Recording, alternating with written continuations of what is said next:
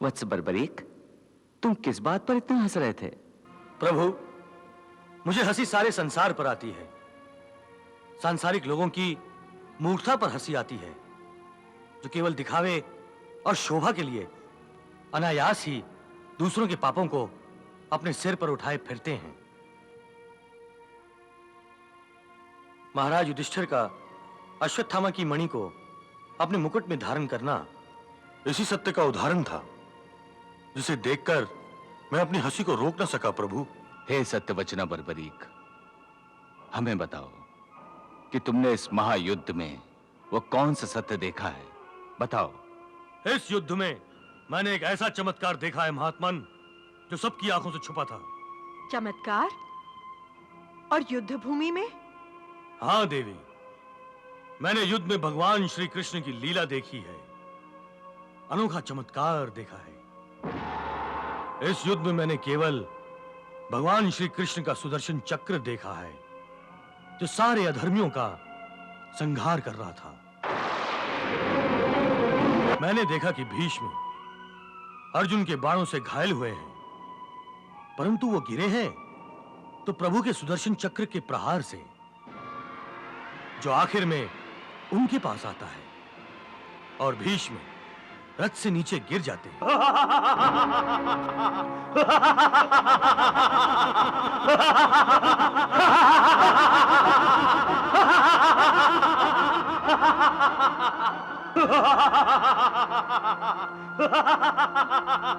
केशव, ये इतनी जोर जोर से कौन हंस रहा है?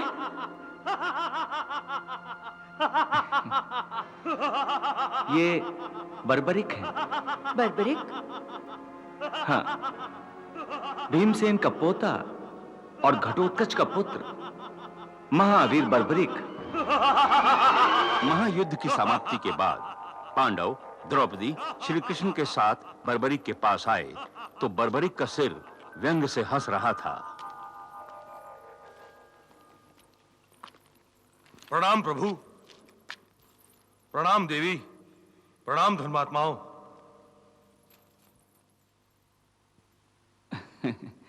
वत्स बर्बरीक, तुम किस बात पर इतना हंस रहे थे? प्रभु, मुझे हंसी सारे संसार पर आती है। सांसारिक लोगों की मूर्खता पर हंसी आती है, जो केवल दिखावे और शोभा के लिए अनायास ही दूसरों के पापों को अपने सिर पर उठाए फिरते हैं। महाराज युधिष्ठिर का अश्वत्थामा की मणि को अपने मुकुट में धारण करना इसी सत्य का उदाहरण था, जिसे देखकर मैं अपनी हंसी को रोक न सका। प्रभु,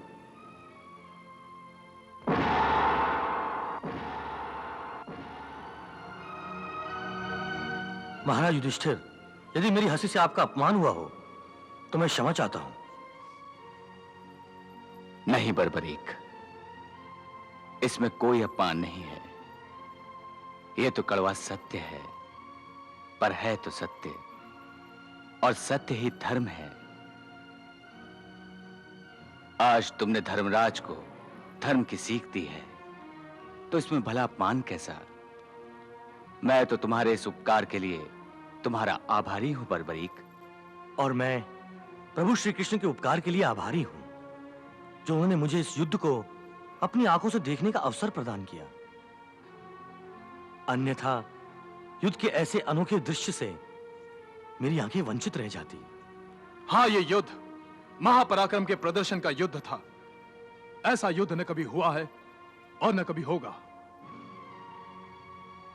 हे वत्स बर्बरीक, यदि तुमने यह संपूर्ण महायुद्ध देखा है, तो यह भी अवश्य देखा होगा कि इस भीषण युद्ध में किस परमवीर योद्धा ने अपने महान पराक्रम और शौर्य का प्रदर्शन किया है।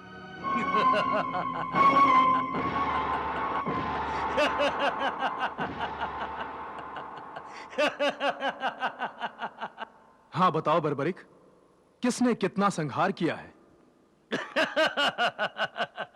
तुम फिर इतना हंस क्यों रहे हो बर्बरीक? हंसने जैसी तो बात है देवी। क्यों? क्या युद्ध के बारे में पूछना हंसने जैसी बात है?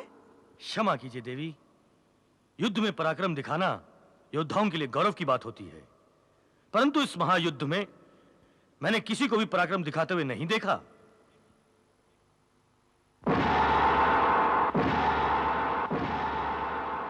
यह कहकर तुम हम पांडवों के बल, पराक्रम और शौर्य का अपमान कर रहे हो बर्बरिक। मैं किसी का अपमान नहीं कर रहा हूं वीर नकुल। मैंने इस युद्ध में जो देखा है उसी सत्य को दोहरा रहा हूं। नहीं बर्बरीक नहीं, जो तुमने अपनी दिव्य दृष्टि से देखा है वो किसी और ने नहीं देखा है।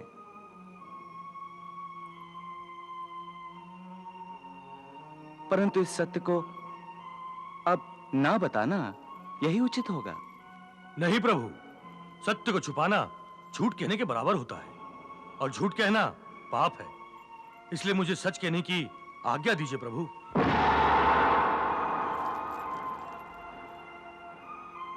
यदि मैं ये सच नहीं बताऊंगा तो संसार इस युद्ध के सत्य को जान नहीं सकेगा। परंतु ऐसा कौन सा सत्य है जो हम इस युद्ध को लड़कर भी नहीं जान सके? है, बहुत ही गहरा सत्य है। हे सत्यवचना बर्बरीक, हमें बताओ कि तुमने इस महायुद्ध में वो कौन सा सत्य देखा है, बताओ। इस युद्ध में मैंने एक ऐसा चमत्कार देखा है महात्मन, जो सबकी आंखों से छुपा था। चमत्कार? और युद्ध भूमि में? हाँ देवी, मैंने युद्ध में भगवान श्री कृष्ण की लीला देखी है, अनोखा चमत्कार देखा है।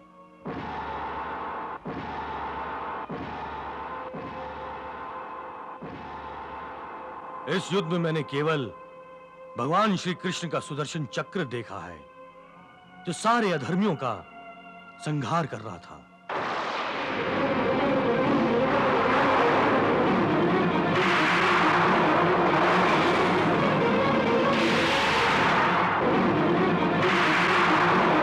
मैंने देखा कि भीष्म अर्जुन के बाणों से घायल हुए हैं, परंतु वो गिरे हैं तो प्रभु के सुदर्शन चक्र के प्रहार से, जो आखिर में उनके पास आता है, और भीष्म रथ से नीचे गिर जाते हैं।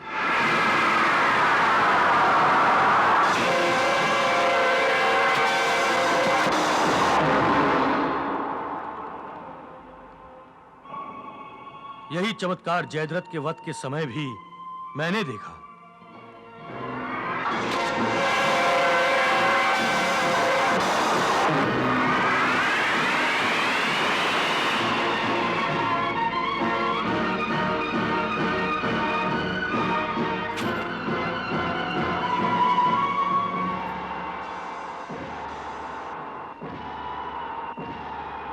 और द्रोणाचार्य का वध भी सुदर्शन चक्र नहीं किया था। धृष्टद्युम्न तलवार से वार करने जाते हैं, लेकिन सुदर्शन चक्र प्रकट होता है और द्रोणाचार्य का सिर काटता है।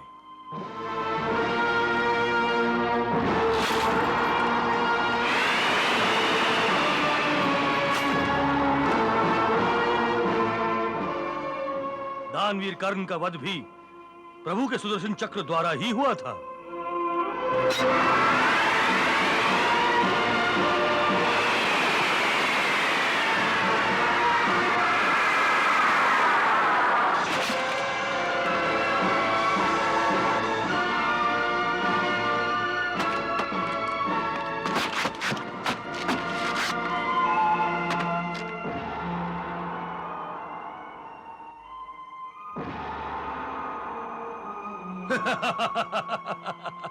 मुझे तो ऐसा लग रहा था कि ये युद्ध कौरवों और पांडवों के बीच नहीं, बल्कि सत्य और असत्य, धर्म और अधर्म, न्याय और अन्याय के बीच हो रहा था। प्रभु श्री कृष्ण ने सत्य, न्याय और धर्म का नेतृत्व करते हुए अधर्म का संहार किया है और पांडवों के रूप में धर्म को विजय दिलाई है।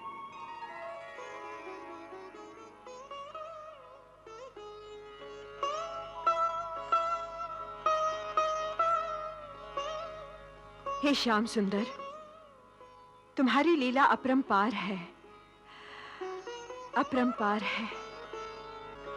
प्रभु, आपकी लीला देखकर मैं धन्य हो गया हूं। आपकी अमृतवाणी ने जो गीता कही वो मैंने भी सुनी और मेरी आत्मा तृप्त हो गई। जन्मों जन्मों की तपस्या के बाद भी धर्मात्माओं को और महात्माओं को आपके दिव्य विराट स्वरूप का दर्शन नहीं हो पाता, परंतु मैं वो भाग्यशाली हूं जिसे आप ही की अपरंपार कृपा के कारण आपके दर्शन प्राप्त हुए। मेरी आंखें तृप्त हो गई।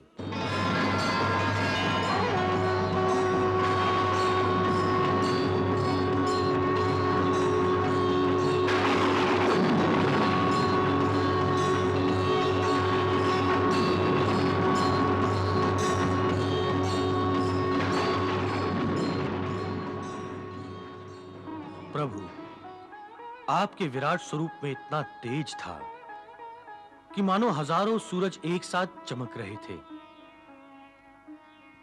परंतु आपका दिव्य चतुर्भुज रूप चंद्र के समान शीतल था।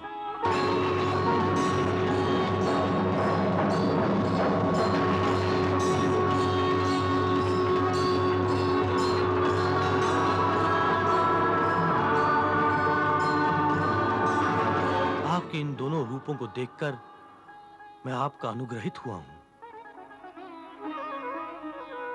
प्रभु, अब मुझे केवल परमधाम प्रस्थान करने की प्रतीक्षा है, परंतु इससे पहले हे भक्तवत्सल्य, हे जगत नायक, मैं आपके दिव्य चतुर्भुज रूप में समा जाना चाहता हूं।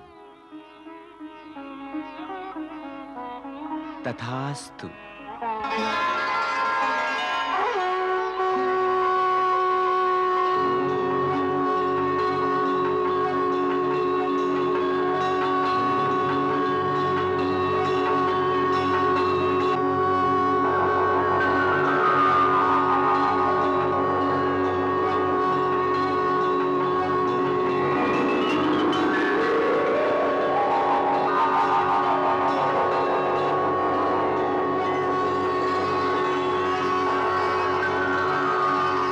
जो होना था वो तो हो चुका है।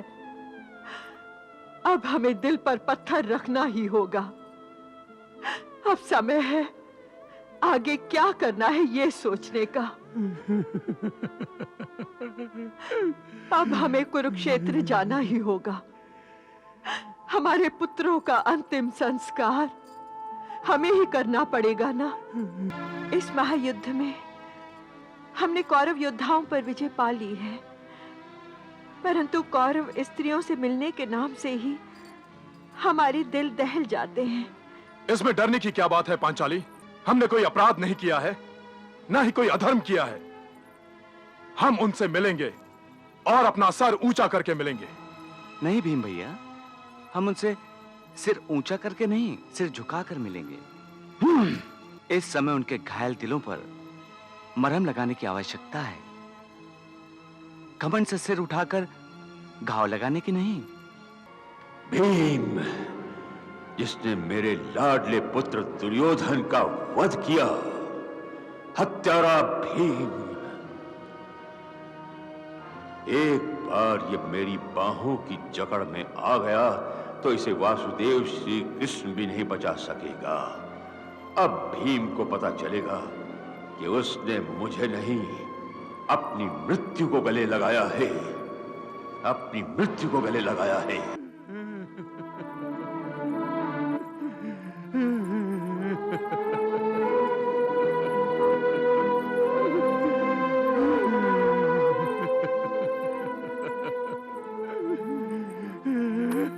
महाराज,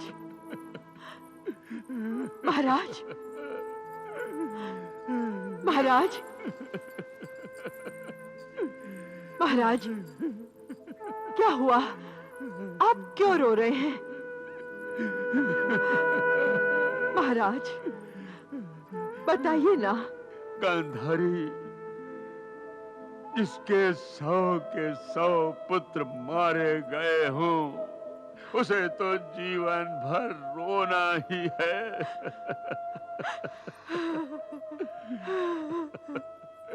आप ऐसी बात क्यों कर रहे हैं कुरुश्रेष्ठ? कौन? कुंती? हाँ श्रेष्ठ, आप ऐसा मत समझिए कि आपके सारे पुत्र मारे गए हैं। आपके 5 पुत्र अब भी जीवित हैं, और जो पुत्र मारे गए हैं वो मेरे भी पुत्र थे। कुंती, पांडव आप ही के पुत्र हैं महाराज, पांडव आप ही के पुत्र हैं। आप ही की छत्र छाया में वे पले हैं, और आगे भी आप ही की छत्र छाया में रहेंगे। गुरुकुल के एकमात्र आप ही श्रेष्ठ हैं।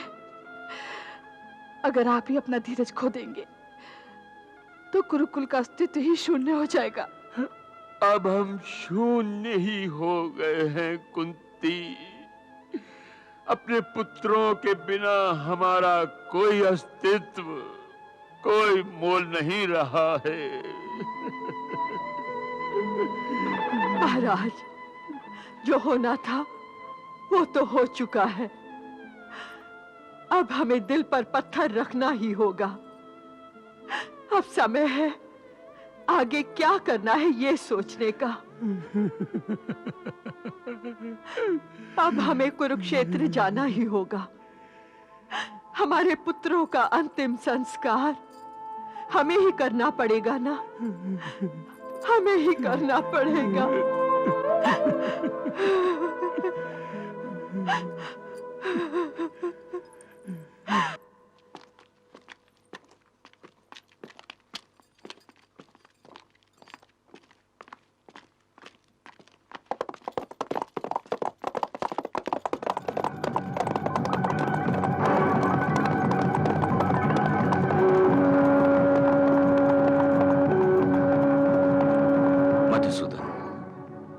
अब इन घोड़ों के टापों की आवाजें सुनकर दिल की धड़कनें तेज हो जाती हैं, युद्ध की यादें ताजा होने लगती हैं।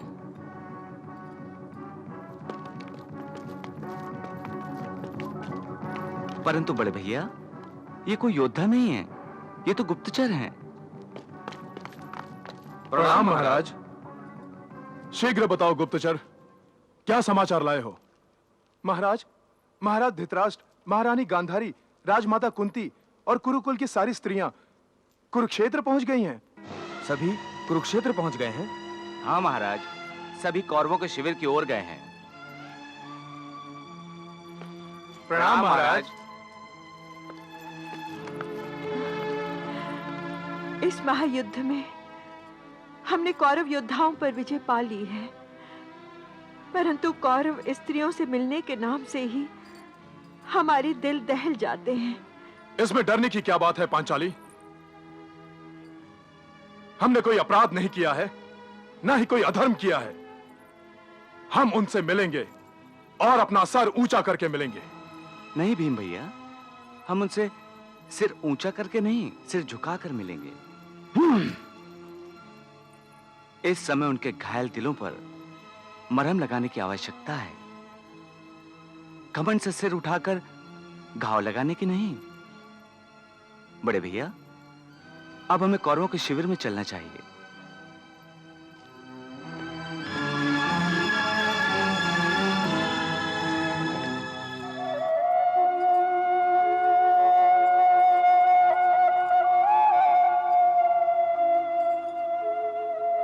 क्या यही मेरे पुत्र दुर्योधन का शिविर है? हाँ महाराज।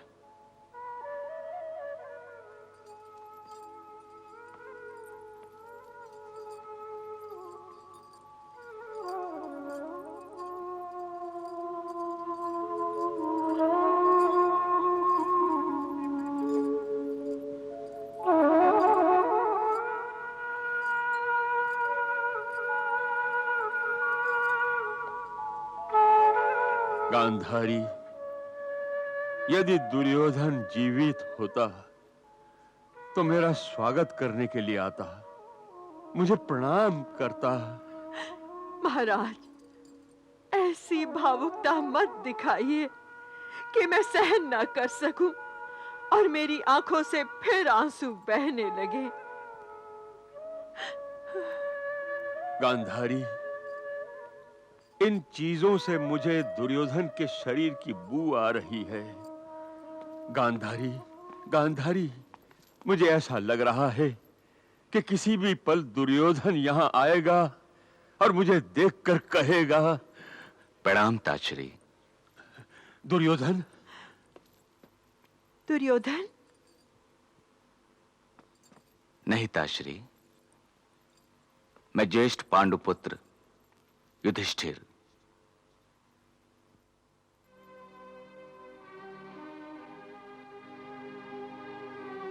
महाराज, आपने युधिष्ठिर को आशीर्वाद नहीं दिया? वासुदेव, तुम्हारी छत्र छाया के होते हुए पांडवों को अन्य किसी के आशीर्वाद की आवश्यकता नहीं है। नहीं महारानी, मेरे नहीं, ज्येष्ठों के आशीर्वाद ने पांडवों की सुरक्षा की है। ज्येष्ठों ने पांडवों को सदा ही आशीर्वाद दिया है, क्योंकि पांडवों ने अपने ज्येष्ठों का कभी भी अनादर नहीं किया। हाँ, ज्येष्ठों के आशीर्वाद ने ही पांडवों की रक्षा की है, परंतु अब किस ज्येष्ठ के आशीर्वाद से पांडवों की रक्षा होगी? अब कौन बचा है आशीर्वाद देने को? एक मेरे अतिरिक्त। परंतु क्या मैं मन से आशीर्वाद दे पाऊंगा?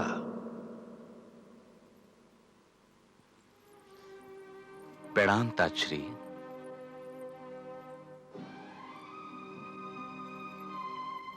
ताश्री प्रणाम। तुम्हारा कल्याण हो वत्स युधिष्ठिर। आओ, मेरे सीने से लग जाओ। मेरे अंदर जो शोक की आग भड़की है उसे शांत कर दो। आओ, आओ वत्स, आओ।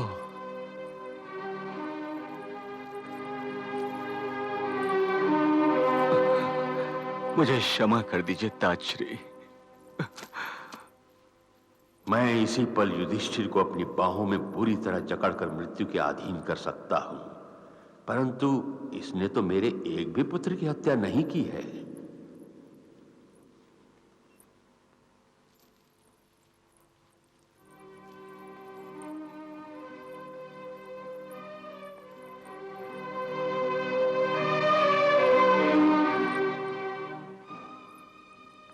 जाओ भीमसेन, जाकर ताश्री से आशीर्वाद लो।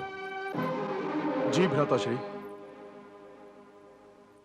भीम, मेरे पुत्रों का हत्यारा, जिसने मेरे 100 के 100 पुत्रों का वध किया है।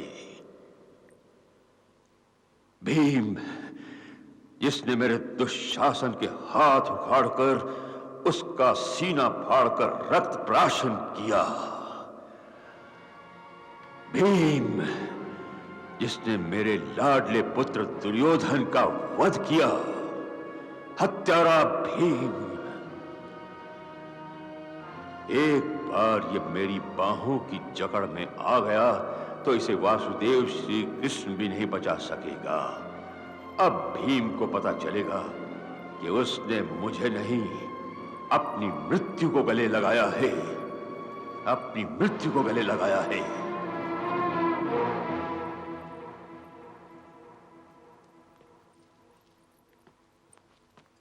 प्रणाम ताश्री।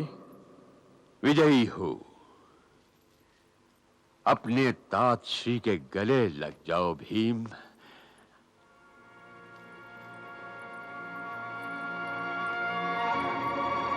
अपने तात श्री के गले लग जाओ। गले लग जाओ भीम। अपने तात श्री के गले लग जाओ। गले लग जाओ भीम। गले लग जाओ भीम।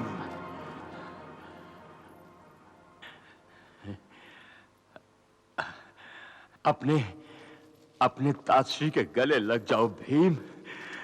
अपने तातश्री के गले लग जाओ। आओ वत्स। ताश्री, ताश्री, मैं आप ही के सामने हूं। अपने तातश्री के गले लग जाओ भीम।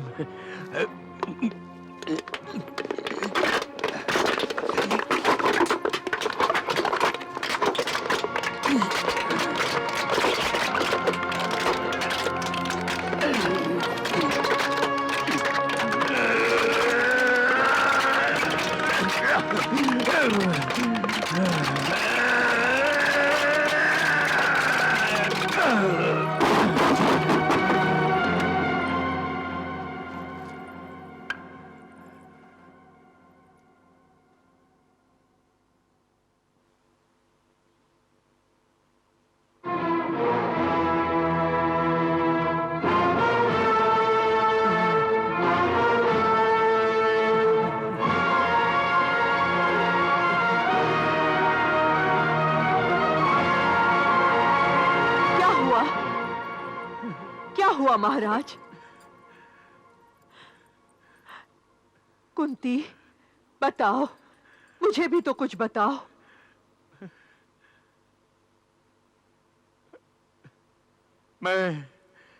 मैं बताता हूं गांधारी। आप महाराज? मैंने क्रोध के आवेश में भीम को मार डाला। क्या?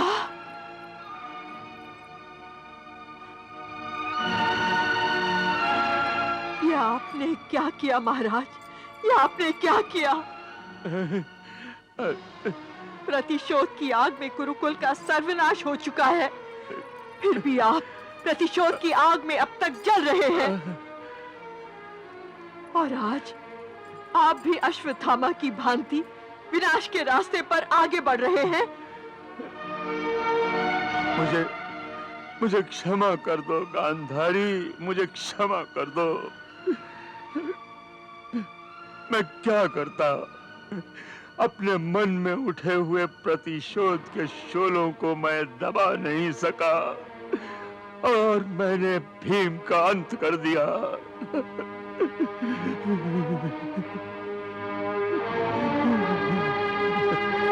हे कुंती, मुझे क्षमा कर दो, मुझे क्षमा कर दो। आपसे कोई अपराध नहीं हुआ महाराज। भीम जीवित है।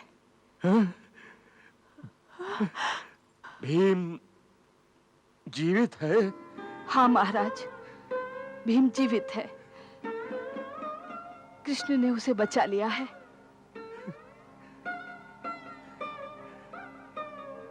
क्या सचमुच भीम जीवित है वासुदेव? हाँ महाराज, भीम जीवित है। फिर वो कौन था जिसे मैंने अपने बाहुबल से चकनाचूर कर दिया? वो तो एक निर्जीव पुतला था जिसका प्रयोग गदा युद्ध सीखते हुए किया जाता है। निर्जीव पुतला? हाँ महाराज, मैंने आपके मन में उबलते हुए प्रतिशोध के विचारों को भांपकर भीम भैया को रोककर पुतले को आगे कर दिया था।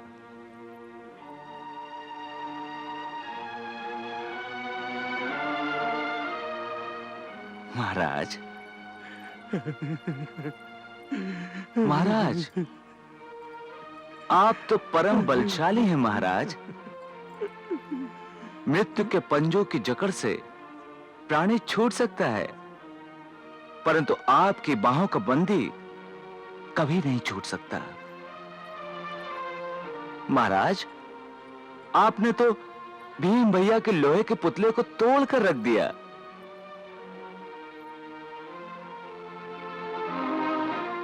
यदि उस पुतले की जगह स्वयं भीम भैया होते तो उनकी क्या दशा होती, इसका अनुमान भी नहीं लगाया जा सकता। अब उठिए महाराज, आइए उठिए, उठिए। मुझे अपने किए पर पछतावा हो रहा है वासुदेव।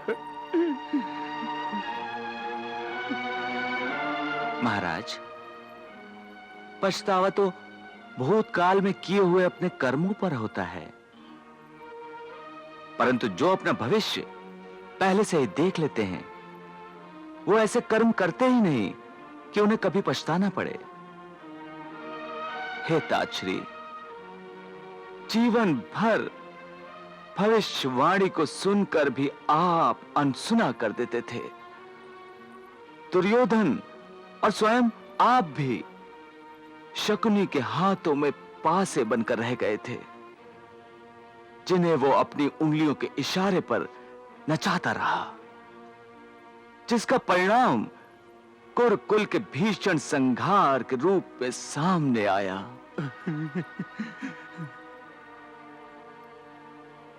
हे महाराज, जिस समाज में ज्येष्ठों के सामने कनिष्ठों से कुल वधु का अपमान करने का दुस्साहस किया जाए, वो समाज अपनी मृत्यु को निमंत्रण देता है। और जिसने ये अपराध किया उसने मृत्यु के रूप में उसका दंड भी भोगा। इसलिए हे ताजश्री, इस युद्ध में मरने वालों का आप शोक मत कीजिए, भले ही वो आपके पुत्र क्यों ना हो। उन्हें तो मरना ही चाहिए था, नहीं तो वो समस्त समाज को दूषित कर देते।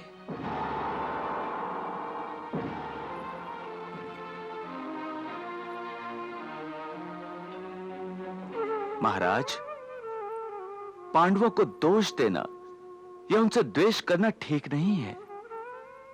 इस महायुद्ध में पांडवों ने भी बहुत कुछ खोया है, परंतु अब वो अपने पिताश्री को खोना नहीं चाहते। हाँ ताजश्री, आज भी आप पांडवों के ताजश्री ही हैं।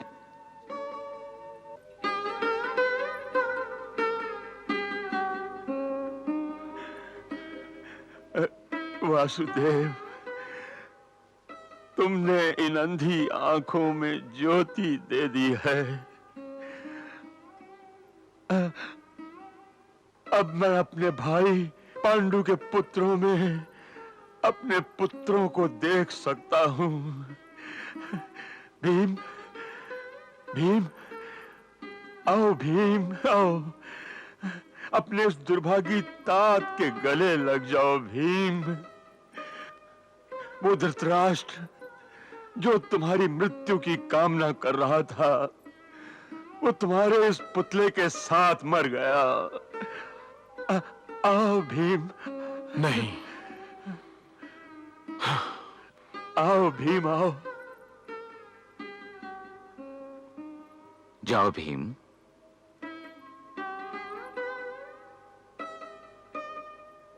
जाओ वत्स। हाँ।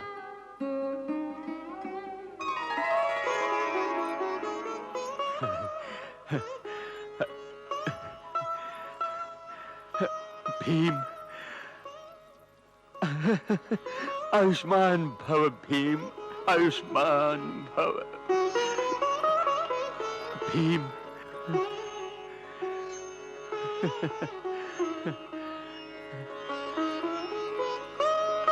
प्रणाम ताजश्री। सदा विजयी भव।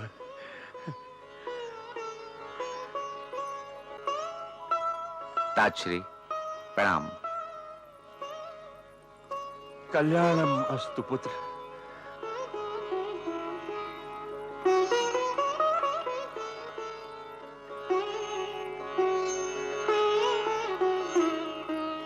प्रणाम ताजश्री। सहदेव, दीर्घायु भव सहदेव।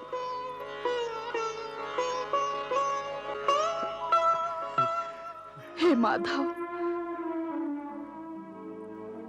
संसार युद्ध में होने वाली जान की हानि का हिसाब तो रखता है,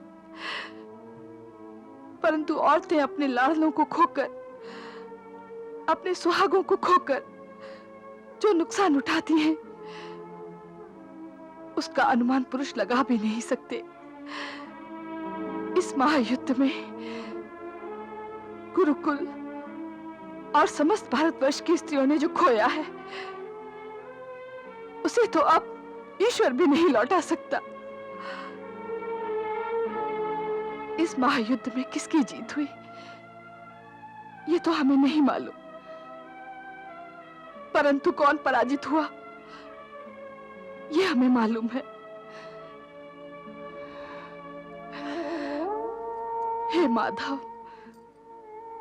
इस युद्ध में स्त्रियां पराजित हुई हैं। इस युद्ध में नारी ने सब कुछ हार दिया है।